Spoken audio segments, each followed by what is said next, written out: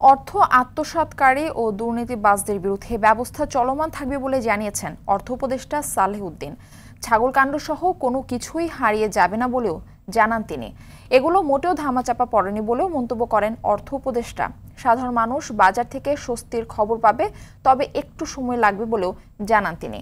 আর বাংলাদেশ ব্যাংকের নবনিযুক্ত গভর্নর রিজার্ভের সংকট আছে স্বীকার করে বলেন, সব হিসেব করে আমদানি বাড়াতে কতটা ব্যয় করা যায় তা দেখা হবে।